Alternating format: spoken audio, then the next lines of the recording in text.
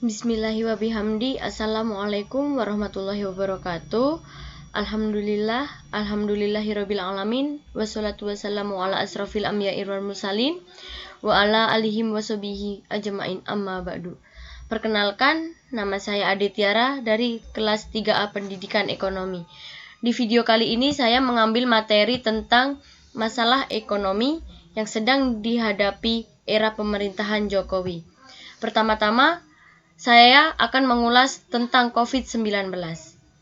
COVID-19 muncul di Wuhan pada tanggal 31 Desember 2019. Awalnya, COVID-19 ini hanya dianggap sebagai endemi, tetapi karena penyebarannya terlihat semakin meluas sehingga pemerintah Cina melaporkan kepada WHO. Pada tanggal 11 Maret 2020, WHO menetapkan COVID-19 sebagai pandemik. Karena COVID-19 sudah tersebar hampir ke seluruh dunia, di Indonesia termasuk. Di Indonesia sendiri, COVID-19 masuk pada tanggal 2 Maret, tepatnya di Depok. Hal tersebut membuat Presiden mengambil tindakan tegas dengan memperketat sistem keluar masuk Indonesia melalui bandara dan pelabuhan. Bukan hanya itu saja, Pemerintah kemudian mengalokasikan sebuah dana anggaran COVID-19 untuk masyarakat, mengingat COVID-19 ini mengacaukan perekonomian. Terlihat beberapa data yang sudah dipaparkan oleh Presiden Joko Widodo. Terlihat banyak sekali anggaran dana yang diberikan kepada masyarakat untuk situasi pandemik ini sebanyak 405,1 triliun. Apakah bantuan dana COVID untuk masyarakat sudah tepat sasaran? Mari kita bahas. Pemerintah mengalokasikan dana awal pada bulan Maret sebanyak 1 triliun rupiah untuk siaga penyebaran COVID-19. Adapun data penambahan APBD pada 4 bidang. Yang pertama di bidang kesehatan sebanyak 75 triliun, di perlindungan sosial sebanyak 110 triliun, dan intensif perpajakan dan stimulus kur sebanyak 70,1 triliun. Dan yang terakhir, program pemulihan ekonomi nasional sebanyak 150 triliun.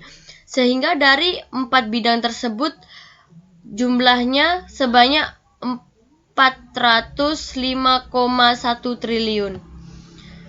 Adapun bantuan program keluarga harapan atau yang sering disebut juga dengan PKH yang diberikan oleh pemerintah. Dan bantuan PKH ini mengalami kenaikan sebanyak 25% di masa pandemi. Dan yang mendapatkan kartu PKH ini ibu hamil 3,4 juta per tahun, anak usia dini 3 juta per tahun, dan stabilitas sebanyak 2,4 juta per tahun, dan berlaku pada 1 April 2020. Ada juga yaitu kartu sembako dari 150.000 naik menjadi 200.000. Jumlah penerima 12,5 juta naik menjadi 20 juta.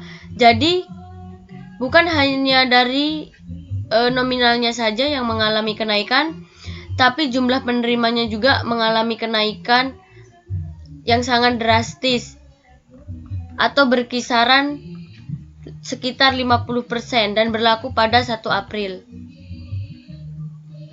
Dari sekian banyaknya dana bantuan anggaran untuk masyarakat dari pemerintah, apakah anggaran tersebut sudah tepat sasaran? Menurut Menteri Sosial Juliari Batubara, bantuan corona lebih banyak tepat sasaran. Tetapi pernyataannya Bupati Lumajang, Jawa Timur, Thoriqul Haq, mengatakan dana tersebut tidak tepat sasaran karena yang menerima bantuan dana ada yang sudah meninggal, ada warga yang double menerima BLT, dan banyak yang sudah pindah desa juga.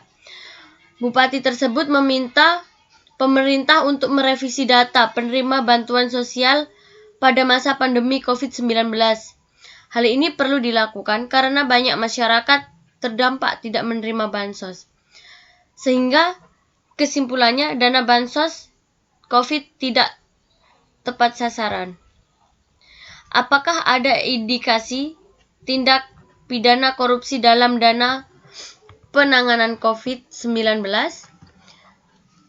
Saya mendapatkan beberapa data, yaitu pada tanggal 3 Juni 2020, Kompas TV mempublikasikan sebuah berita menarasikan adanya korupsi yang dilakukan oleh perangkat desa sebesar 3,6 juta dengan ancaman hukuman 5-12 tahun penjara.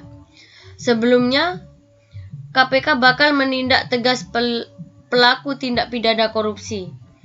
Dana penanganan bencana. Ketua KPK Firly Bahuri mengatakan KPK tetap akan bertindak tegas dan sangat keras kepada para pelaku korupsi, terutama dalam keadaan penggunaan anggaran penanganan bencana.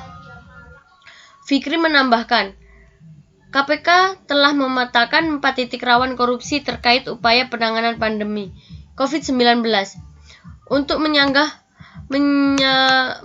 penyalahgunaan, yakni pengadaan barang jasa, sumbangan pihak ketiga, pengalokasian APBN, APBD, serta pendistribusian bantuan sosial.